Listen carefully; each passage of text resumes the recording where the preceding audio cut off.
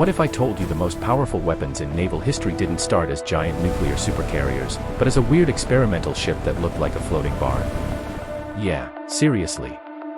Back in the early 1920s, the US Navy took an old coal-hauling ship called Jupiter and basically said, "All right boys, let's try something crazy." They ripped her apart, slapped a long wooden runway across the top, and in 1922 she came back to life as USS Langley, America's very first aircraft carrier. And man, she looked awkward. Sailors joked she resembled a giant covered wagon floating on the ocean. But here's the wild part, that strange-looking ship changed warfare forever. Langley could only carry around 34 tiny biplanes, nothing like the high-tech jets we see today, but she proved one massive idea: airplanes could launch from ships and strike enemies hundreds of miles away. That concept flipped naval strategy upside down. Before that, the kings of the ocean were massive battleships with giant guns. After Langley, suddenly the real power came from the sky. Pilots trained on her deck, crews experimented with takeoffs, landings, and deck operations, basically inventing the rulebook for carrier warfare as they went along. Every modern aircraft carrier tactic started right there on that wooden deck. But history moves fast, and war doesn't wait for experiments. When World War II exploded across the Pacific, aircraft carriers became the ultimate weapons of sea power. Langley herself wouldn't survive the conflict. In 1942, Japanese bombers attacked and she was lost in battle. Yet by then her mission was already complete. That scrappy experimental carrier had opened the door to a new era of warfare, an era where floating airbases would dominate the oceans for the next 100 years. And believe me, the ships that came after Langley, they got way bigger, way deadlier, and the story only gets crazier from here. After the lessons learned from USS Langley, the United States Navy realized something massive: aircraft carriers were not just experiments anymore, they were the future of naval warfare. So the Navy began building bigger, faster, and more powerful carriers that could carry dozens of aircraft and operate far out in the open ocean. By the late 1930s and early 1940s, ships like USS Enterprise, CV-6, and USS Yorktown, CV-5, were entering service, and these were nothing like the awkward Langley. They were sleek, heavily armed floating airbases capable of launching massive airstrikes. But no one truly understood their power until one moment that shocked the entire world: the attack on Pearl Harbor during World War II. On December 7, 1941, Japanese carrier aircraft launched a devastating surprise attack on the U.S. Pacific Fleet.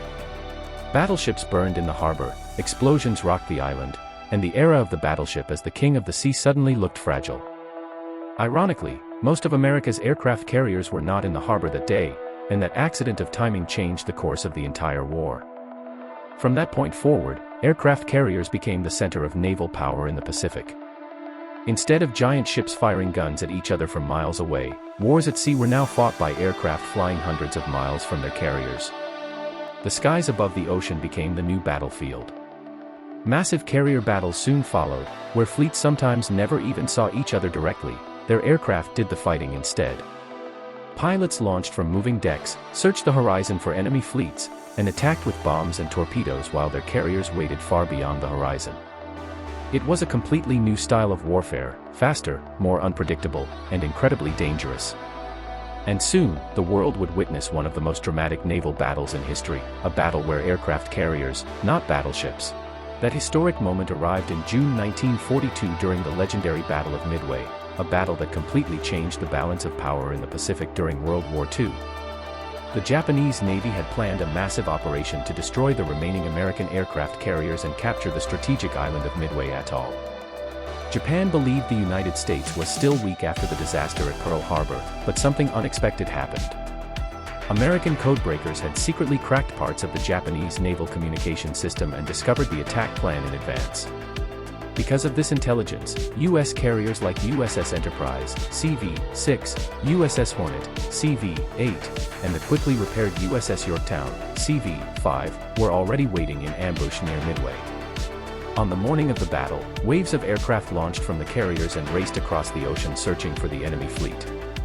For hours, chaos filled the skies as fighters, dive bombers, and torpedo planes clashed over the Pacific. Then came one of the most dramatic moments in naval history. American dive bombers suddenly appeared above the Japanese fleet at the exact moment their flight decks were crowded with refueling and rearming aircraft. Within minutes, bombs crashed into several Japanese carriers, triggering massive explosions and uncontrollable fires. Ships that had dominated the Pacific just hours earlier were now burning wrecks. By the end of the battle, Japan had lost 4 of its most powerful aircraft carriers, along with hundreds of aircraft and highly trained pilots. The United States lost 1 carrier, but the strategic impact was enormous. Midway proved something the world would never forget. The true power of aircraft carriers was not their size or armor, but the aircraft they carried and the reach they provided across thousands of kilometers of open ocean. From that moment forward, aircraft carriers became the undisputed kings of the sea, capable of projecting military power anywhere on the planet.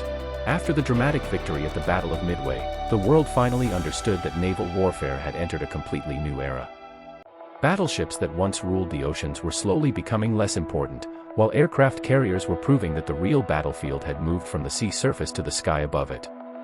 During the later years of World War II, both the United States and Japan continued to expand their carrier fleets, launching more aircraft, conducting longer missions, and striking targets hundreds of kilometers away from their ships. Massive naval battles like the Battle of the Philippine Sea demonstrated the overwhelming reach of carrier-based aviation. In that battle, American pilots destroyed hundreds of Japanese aircraft in what became famously known as the Great Marianas Turkey Shoot, proving that the balance of air power had completely shifted. By the end of the war, the United States possessed the largest carrier fleet in the world, including powerful ships like the USS Enterprise, CV-6, and later the massive USS Midway, CV-41, which represented a new generation of naval dominance. These floating airbases allowed aircraft to strike distant islands, defend fleets, and support amphibious invasions across the Pacific Ocean. The concept was revolutionary. Instead of relying on fixed airfields on land, nations could now move their air power anywhere across the sea.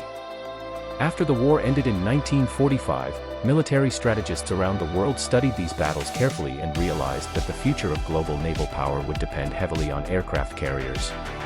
Countries that once focused mainly on battleships began investing billions into building their own carrier fleets. From the Cold War to modern times, aircraft carriers became symbols of military strength and global influence. Whenever one of these massive ships appears near a conflict zone, it sends a powerful message to the world.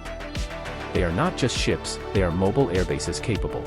By the end of World War II, one truth had become clear: the future of naval warfare belonged to aircraft carriers.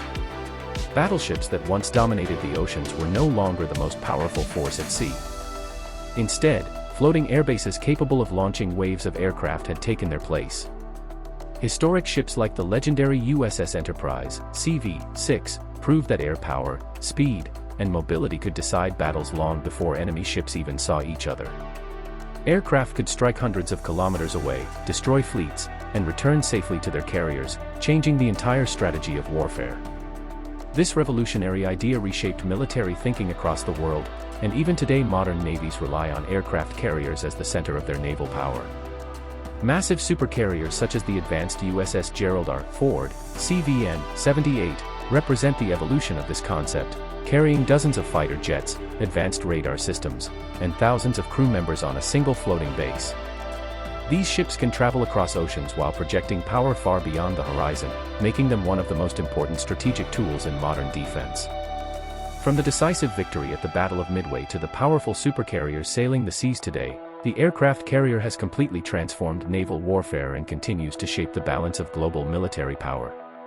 If you enjoyed learning about this incredible evolution of naval aviation, make sure to like this video, subscribe to the channel, and leave a comment telling us which military aircraft or war machine you want to see next, because many more fascinating stories about powerful aircraft and advanced technology are coming soon, and we will meet again in the next video.